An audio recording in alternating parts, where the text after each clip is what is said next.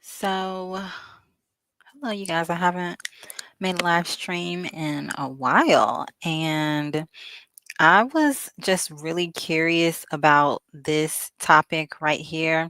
This Sydney Sweeney ad. I mean, like, if you don't know that they're trying to promote eugenics with this ad, either you are just very stupid or you are one of these people who want to benefit from just coincidentally being born with a certain phenotype. And as we can see, we have a lot of complaining white people right now. So if your genes were so great, and if they were supposed to guarantee you this great amazing life, I have to ask, why haven't they? So I'm going to talk a bit about eugenics and the effects of eugenics on the women who supposedly fit inside the standard of eugenics: blue eyes and blonde hair. And a really interesting thing that I did not know about blonde hair was some children are born with blonde hair, and the older they get, the darker their hair gets. So you could possibly have a child with blue eyes and blonde hair, and or any color eye, but born with blonde hair if you're white. And when that child hits, maybe, like, I don't know the age, I'm going to say 7, their hair can start getting darker. So, yeah. So I'm going to talk about eugenics and the effects that it has on women and children, the negative effects that it has on women and children. So, yeah, let's get started. Um Eugenics negatively impacted women and children who fit into the dominant racial and social standards, usually white, middle class, able body, in several significant ways. Even though they were ostensibly the ideal the movement sought to promote. Okay. So even if you fit inside of the blue hair, blonde eye, um, beauty standard, or social standard, there were still some negative side effects. So, number one, it is one of the negative side effects is coercive control on women's reproduction. Okay. Um, when it comes to I have good genes, I want to keep promoting good genes. I want to, encourage the birth rate of blue hair and blonde eyes, or whatever, white people in general. There is a lot of pressure on women with blue hair and blonde eyes to continue to make children. And if you're a woman with so-called good genes, the blue hair and blonde eyes, that's a choice that's being made for you before you even get to make a choice for yourself. This is somebody else is creating your future for you. You have no say in it. You just have to step right into the um into the script of, okay, you have um these bodily characteristics. So you need to make more people that look like you, and look like the male counterparts as well. So even if women considered fit were not free from control, there was a lot of pressure to reproduce. Eugenics emphasized that fit women had a duty to bear many children to improve the race. This created intense social pressure and often led to frequent unwanted or medically risky pregnancies. Okay, number two, under coercive control of women's reproduction. your loss of autonomy. Reproductive decisions were seen as a public concern, not a private choice. This undermined women's bodily autonomy, even if they were seen as fit mothers. Number two, motherhood was a measure of worth.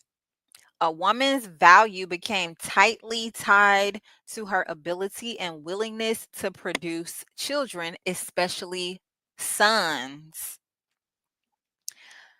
Women who were infertile, unmarried, or chose not to have children faced shame, marginalization, or suspicion, even if they were otherwise seen as socially acceptable.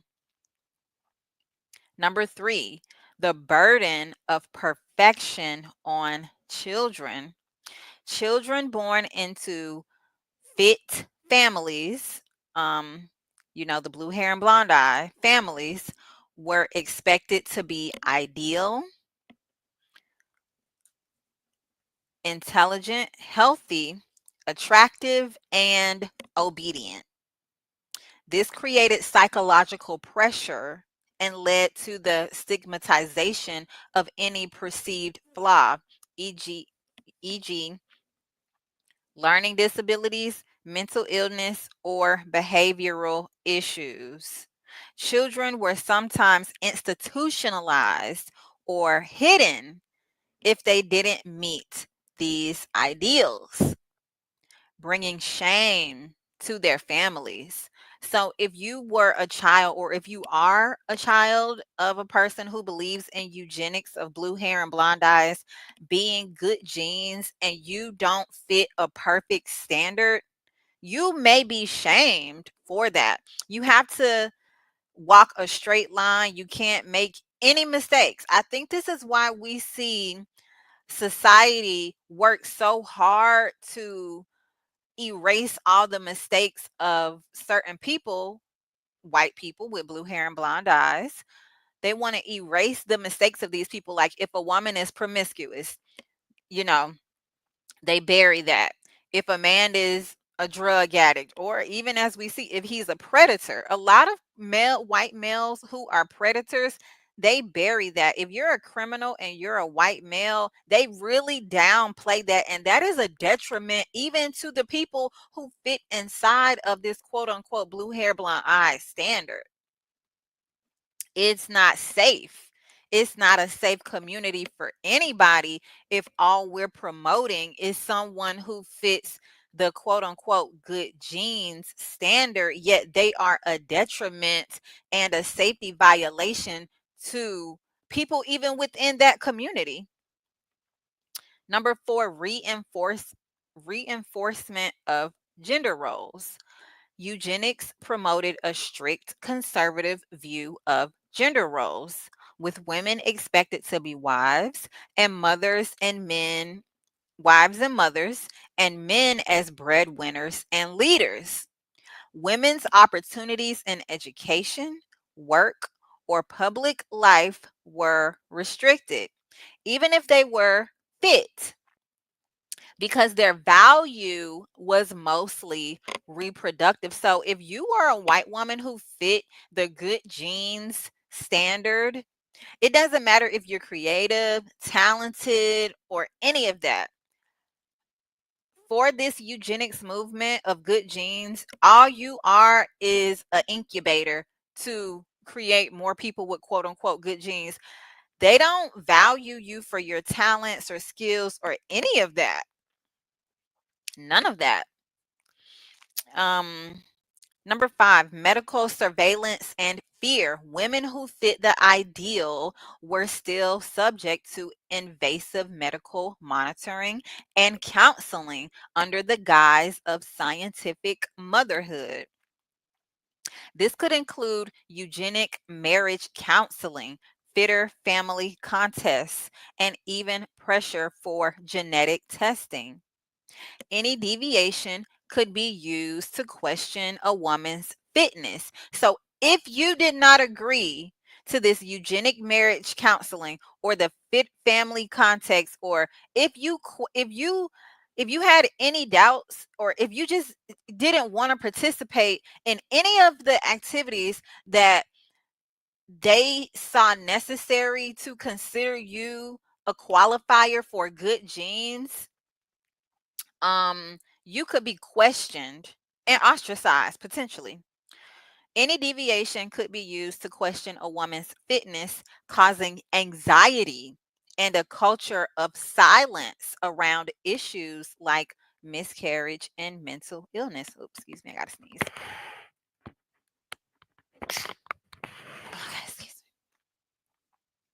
me. Okay.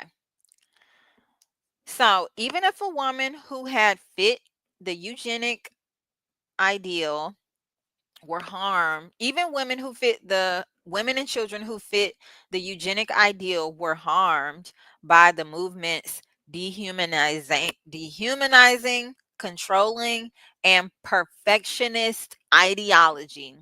Eugenics didn't just target those it labeled unfit.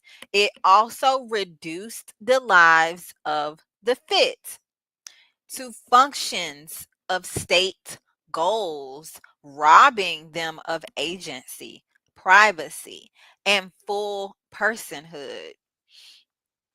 Okay. Now, here are some examples of how eugenics negatively affected women and children who were considered fit, mostly white, middle class, able bodied, especially in the United States, though some parallels appear globally. Number one, fitter family contest. Fitter family contest. In the US state fairs from the 1920s to the 1930s. These contests were held at fairs across the US, especially in Kansas, Oklahoma, and other Midwest states. White families were judged on genetics, intelligence, health, and moral behavior. So even if you fit the good genes eugenics definition, you still had to compete within that social circle. So you're not just a part of a utopia because you have quote unquote good genes. You are still gonna be put up against your counterparts who are considered to have good genes.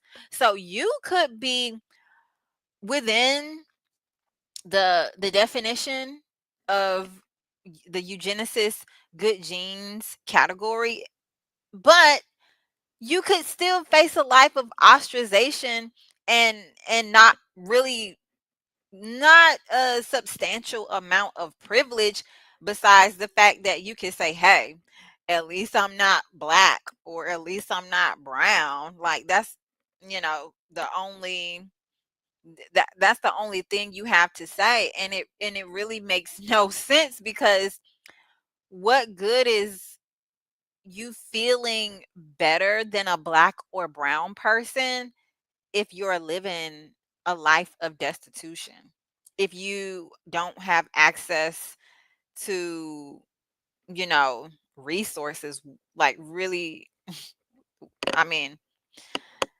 except for you get to live in a delusion. What, like, what benefit is it?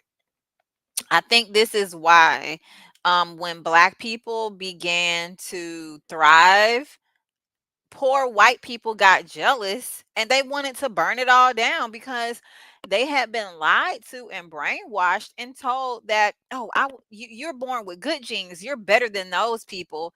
But as they could see, the reality did not meet the narrative that they were told, because how could they have such great superior genes if the people who they were told is inferior to them is thriving and, building a better life than them? Yeah. Even though participation in the Fitter Families contest was voluntary, it put enormous pressure on women and children to present perfect bodies, minds, and bloodlines. Mothers were expected to be scientific, disciplined, and moral managers of home and hereditary. So basically, if you're a woman who is considered to have good genes, you have to be perfect. But this passage, it mentions nothing about the men having to fit that perfect moral standard. The men can go off and be predators, and they can commit all these acts of violence and harm, but you have to be moral. You have to be good. You even, it says you even have to be scientific. So you're expected to be educated without having an access to education. If you're a woman and you claim to fit the good genes standard, you are expected to meet expectations even though you have limited abilities. Because of course, within the good genes society, you're never going to be above a man. You're always going to be beneath him, below him. Society does not thrive when humans are put against each other, because me as a woman, as a black woman, I face the same gender based struggles, just on a physical level. Forget like society and in relation to men, just on a physical level. I face um the same life, the same experience as a woman of any race. I'm going to go through the same puberty. I'm going to have, I'm going to have the same interactions if I'm a straight woman with men, So it kind of makes no sense for women in this good gene society to side with people who are really just using them as free labor to get ahead in life. It makes no sense. um Children were tested for IQ, inspected by doctors, and compared to ideal standards. So if you are a family who fit inside of the good gene standard according to eugenics, if you don't have access to resources such as education or good health, you're probably going to be seen lesser than within that good gene community. If any family member had health issues, poor grades, or bad morals, the whole family could be labeled as less fit. So, do you see the issue with grouping a group of people together just based on physicality? If somebody in your family has health issues, poor grades, or bad morals, that could be used against your whole family, even within the good gene community.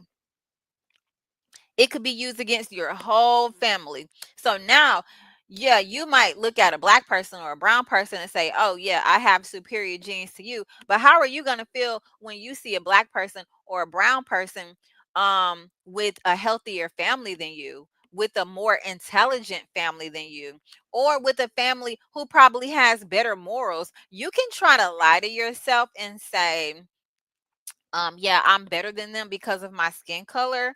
But you know, if we just compare the reality of things, and you come from a family of health issues, poor grades, and bad morals,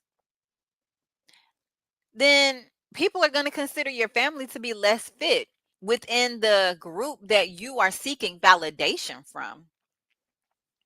Um, this turned motherhood and childhood into competitive, medicalized performances.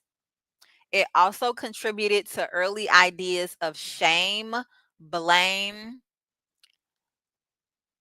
etc. around disability, mental illness, or deviance, even in good families.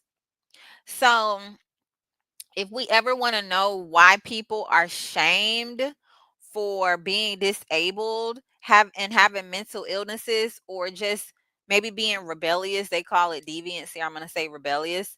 It leads back to eugenics.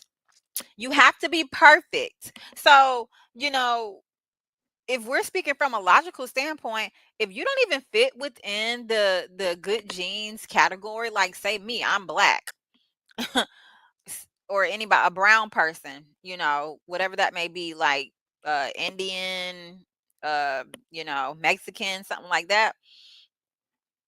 Um, does it matter? I guess that's a harmful way of thinking. Does it matter? Of course it matters. But this is where the idea of shame and blame around disability, mental illness, or deviance came from, even in good families. So you could be from a family who appears to have good genes, but you can't talk about your mental illness. You're not allowed to be disabled, because then you would be considered less than perfect. And that would be going against the idea that you have better genes than somebody else.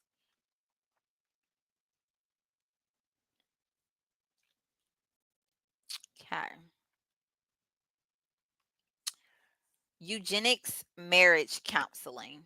In the US in the 1910s through the 1940s, couples, especially white middle class ones, were encouraged or required in some states to take genetic compatibility tests before marriage.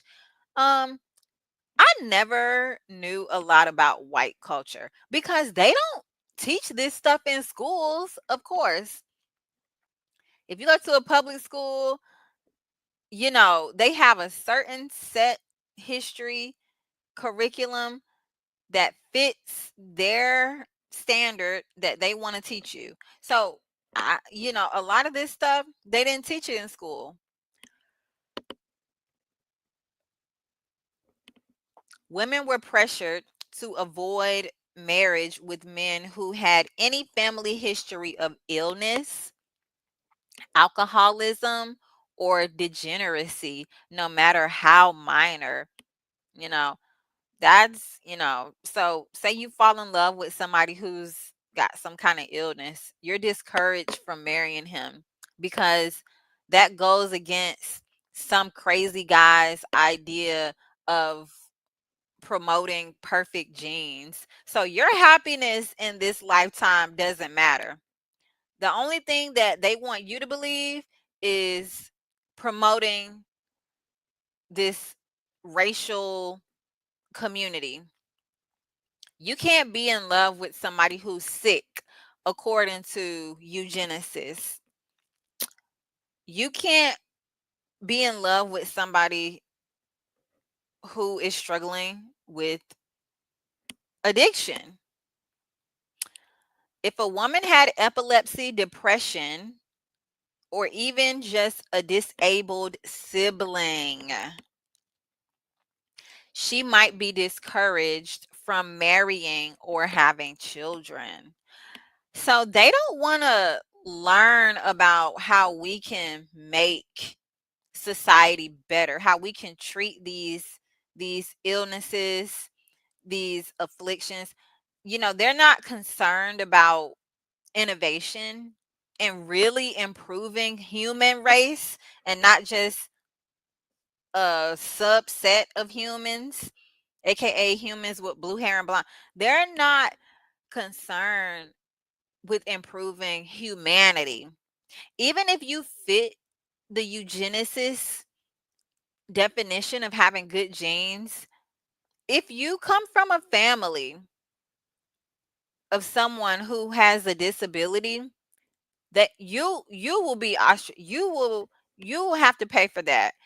You will be discouraged from marrying or having children, even if you don't have the illness or the disability, just because somebody in your family does. So you can't fall in love with who you want to fall in love with. when you following a eugenicist playbook. You can't fall in love with who you want to fall in love with. You basically have to have um a state assigned marriage. You can't get to know somebody based on their personality. You can't get to know somebody based on your compatibility with hobbies or anything like that. It's all kind of like breeding animals. They just want a quote unquote fit person with good genes. And it's not to say that a person who has depression or anything like that is a throwaway. We just haven't prioritized the rehabilitation and the treatment of people with mental illness because we're still living in a society that's really still and never has stopped following a eugenics script. Okay? Even fit women lived in fear that a hidden trait in their family could make them unfit. They bore the social burden of both producing and preventing bad genes. Mm. Okay, and there were also better baby contests in 1908 to 1945. So let's say you you have the good genes, your family, your husband's family, y'all all have good genes. So okay, you were born with the good genes, okay? Let's hypothetically. You still have to compete with other women, even though you did everything they told you to do. You got married to the right person from the right family. You had the baby when they told you to have the baby. But now that's not good enough. They keep moving the goalposts within the eugenics community. They keep moving. Having the good genes is not good enough. Now you got to get your baby in a contest and you still have to compete. These contests promoted by government officials and women's clubs tested white babies for scientific signs of fitness, weight, head size, skin clarity, etc. The ideal was a perfect white child, often measured against a fake scientific norm. Mothers who failed to produce a winning baby were often quietly judged or shamed. So even if you were born into a family that has good genes, you in the good genes community, you did everything they told you to do. You married the guy who came from the good family. You got married, you had the baby. But now, if your baby is in a competition with other people's babies and your baby is considered unfit, you will be judged. You will be judged by the people who you were seeking validation from. Okay? Middle class white women, especially, were told it was their duty to the nation to produce better babies and raise them in a eugenically sound way. I do understand that most people are gonna date, marry, and create babies with people within their own race. But the harm comes to themselves. The harm comes when they believe that they are better than people who look different from them. Because even within these communities, you're still always going to be judged. You're never going to be good enough. You got the good genes, but the only time you can feel good about yourself is when you step outside that community. Because if it's anything wrong with you and you inside the community, they're going to judge you. And every one of us, every last one of us have something wrong with us. period. Ain't nobody perfect. So you're going to always be judged. And the only time you feel good about yourself is when you go around black and brown people. And I really encourage a lot of black and brown people, be careful of these white people who you are around, because a lot of them, they feel inadequate. They feel like inferior white people within the white community. And sometimes they only want to be around you because they want to use you as an ego boost. So be very careful when you're around white people. Middle class white women were especially, oh, I think I read that. Okay. No, did I? Okay. The burden of producing perfect babies hurt women's self worth and mental health. Could you imagine being a white woman with good genes and you gave birth to a child that had maybe like Down syndrome or any kind of disability, autism, anything like that? Could you imagine? They've told you you can't make friends with black or brown people because you're better than them. You got to stay within this community that's going to tell you you got to stay in this community, but you're beneath us. So you're going to always be below on the bottom. And you can't go explore any other communities that wouldn't treat you as horribly. But see, the black community and the brown community, we should not be rehabilitation centers for these broken white people. Don't come to us when your people have brainwashed you into hating us. If you're a white person and you only come into the black community for rehabilitation, you need to spill all the dirty, spill the secrets, give all the tea about what's going on in the white community. Don't just come over here to our community acting fucking perfect. You need to tell us what's going on in the white community. We need to know all the crazy stuff that's going on over there, because don't be coming over here after you done, fucked up your life and you are being, you know, excommunicated from the white community, even silently. Maybe they didn't excommunicate you verbally, but they don't want to fuck with you like that. They feel like your life ain't on track. They don't want to be around you because you might got an addiction or depression, or you might have flunked out of school, or you might have got fat, or you might have an eating disorder, or you might have some health issues. Don't come over here trying to fucking act perfect. Hell nah.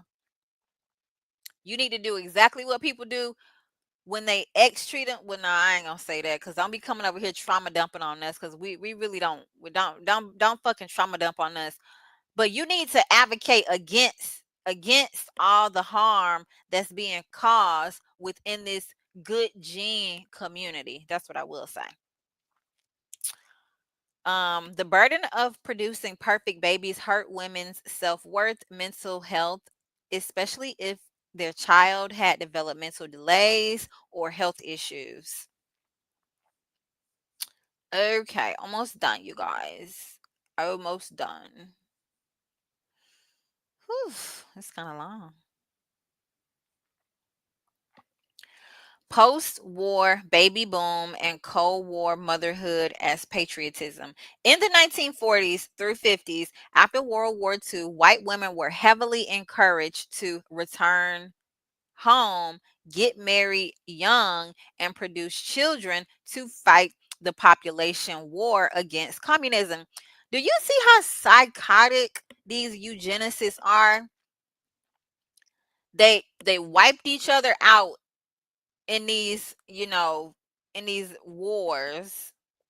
They wiped out large populations of each other. But now they putting the burden on the women to repopulate. Now, I'm not against motherhood. I don't have children, but I am not against motherhood. If a woman wants to be a mother, she should be able to choose when is the right time and the right environment for her to be a mother. She shouldn't be forced to be a mother to encourage repopulation after these men have wiped each other out. She shouldn't have to do that. And she should be able to choose who is the best fit for her. And if she even wants to be a mother, maybe yes, maybe no. Okay.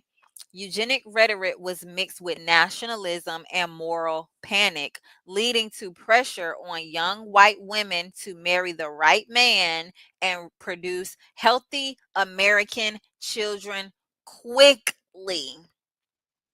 Now, let's get into some things. So, um, the 1940s through the 1950s, that's a lot of our grandparents or parents. And uh Gen X and millennials and some Gen Z, we are the product of these dysfunctional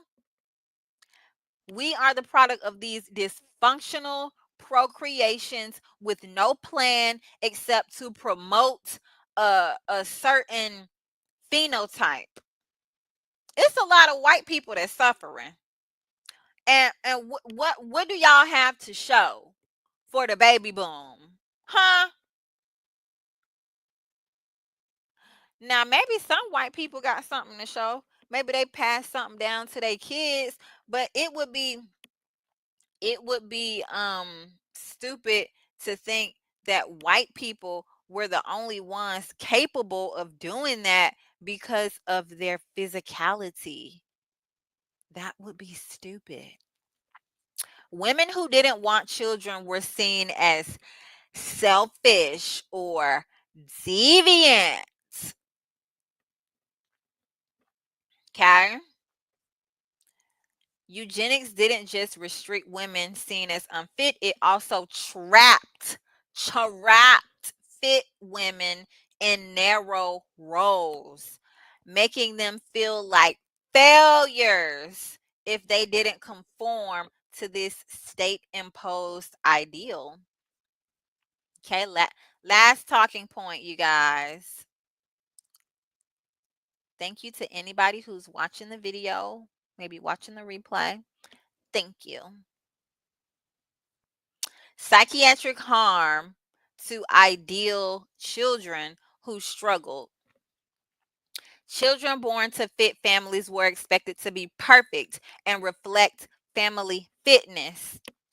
If a child had autism, ADHD, learning disorders, or even just didn't meet expectations. So the damn expectations, they not even like specific. They could just be made up. They could just keep moving the damn goalpost. Okay. They were often institutionalized, punished, or sent away to hide the flaw. In many cases, the mother was blamed for a bad. See, the father wasn't blamed when you have a disabled child. As a woman, they're gonna blame you. They're gonna blame you for bad genes or poor parenting. This created a culture where normal developmental diversity was pathologized. Fit children who failed to thrive were often not given support. Damn. So even if you were born fit and you failed to thrive, they blamed you and you wasn't given no support. They said they said you should be thanking us. We gave you the good genes. That they don't even care about the good children within the eugenics community.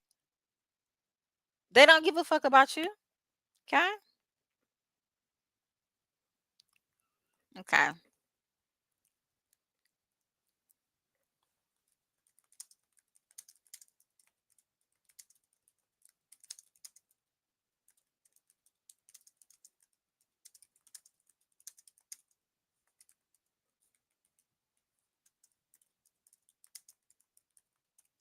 Now,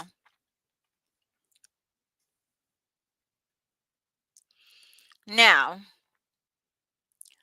I'm going to get off of this live stream, but my next live stream is going to be about the men The men who are negatively impacted who fit the eugenics standard, okay?